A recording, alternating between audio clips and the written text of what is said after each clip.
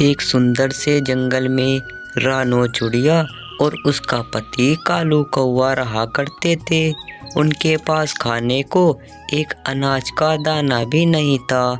रानो चिड़िया अपने पति कालू कौवे से कहती है, कालू कौवे जी, हमारे पास तो खाने को एक अनाज का दाना भी नहीं है और ना ही खरीदने के लिए पैसे हैं। मैं तुमसे बहुत कहती थी कि कहीं जाके काम कर लो, मगर नहीं, तुम्हें तो घर पर ही ठाली रहना है। बताओ अब मैं क्या करूँगी? मैं भी तो काम करने नहीं जा सकती। तुम काम करने जाते तो ये नौबत नहीं आती, हमें भूखा पेट रहना नहीं पड़ता कालू जी। अरे क्या बात कर रही हो रानो चिड़िया, मैं तो काम करने जाता हूँ मगर मुझसे अब काम नहीं होता। जहाँ भी मैं काम करने जाता हूँ ना, वहाँ से मुझे निकाल देते हैं क्योंकि अब मैं बूढ़ा हो गया हूँ। रानो चिड़िया, तुम एक काम करो ना, जंगल कोई तुम्हारा जानता हो तो तुम उसके पास मदद लेने चली जाओ। क्या पता वो हमारी मदद ही कर दे। और हाँ, उनसे अपने घर की सारी बात बता देना कि हमारे पास खाने को कुछ भी नहीं है और ना ही खरीदने के लिए पैसे हैं। तो ये बात सुनकर जरूर वे हमारी मदद करेंगी। हाँ कालू जी, बात तो तुम बिल्कुल सही कह रहे हो। मेरी एक जानती तो है, उनका नाम मीनू मौसी है। वे ना जंगल की दूसरी तरफ रहती हैं। मैं उनके पास जाकर उनसे अपनी सारी बात बता दूंगी कि हमारे पास खाने को एक अनाज का दाना भी नहीं है और ना ही खरीदने के लिए पैसे हैं। क्या पता ये बात सुनकर मीनू मौसी मेरी मदद ही कर दे। कालू जी, तुम अपना ध्यान रखना, मैं मीनू मौसी के पास मदद लेने जा रही हूँ। इधर मीनू मौसी जंगल में अकेली बैठी होती है। तभी मीनू मौसी के पास उड़ती हुई रानो चिड़िया आ जाती है और आकर बैठ जाती है। मीनू मौसी रानो चिड़िया को देखकर कहती है, अरे रानो चिड़िया, तुम मेरे जंगल में।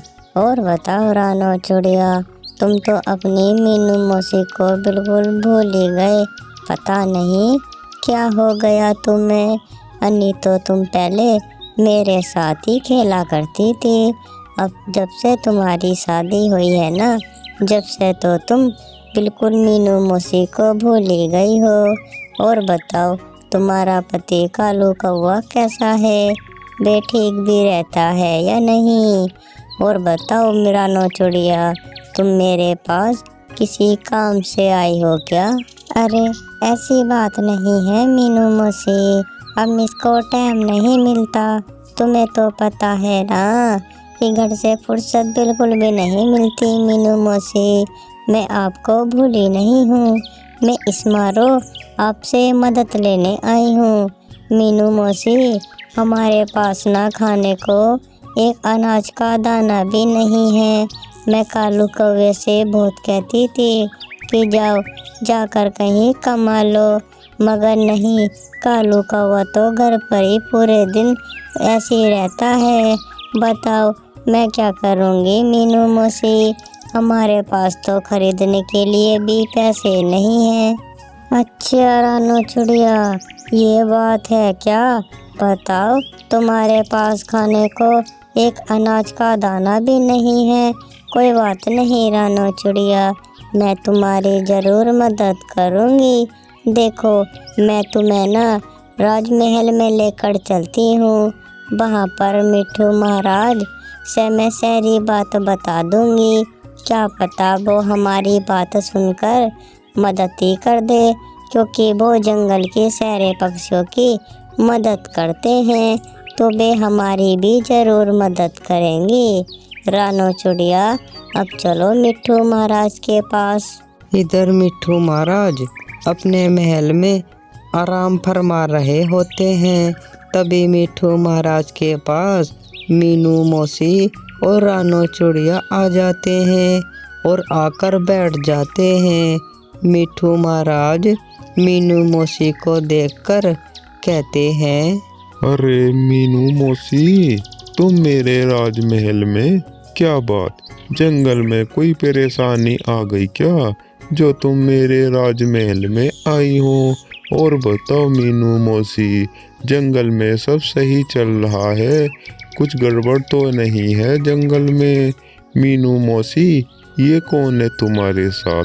मैंने तो पहले तुम्हारे साथ इन्हें कभी देखा भी नहीं है और मुझे तो ये इस जंगल की लग भी नहीं रही, मुझे तो ये दूसरे वाले जंगल की लग रही है। बताओ मीनू मौसी, तुम मेरे पास किसी काम से आए थे क्या? नहीं मिठू महाराज, जंगल में तो कोई दिक्कत नहीं है, जंगल के सारे पक्षी खुशी खुशी रह रहे हैं। मिठू महाराज, मैं तुम्हारे पास मदद लेने आई थी। ये जो है ना, ये दूसरे वाले जंगल की रानो चिड़िया है, इनके पास खाने को एक अनाज का दाना भी नहीं है, तो मैं तुम्हारे पास लेकर आई हूँ। तुम तो सारे पक्षियों की मदद करते हैं, तो मैं इसलिए इन्हें तुम्हारे पास लेकर आई हूँ। मिठू महाराज, तुम इनकी मदद कर दो, ये बहुत मुसीबत में हैं।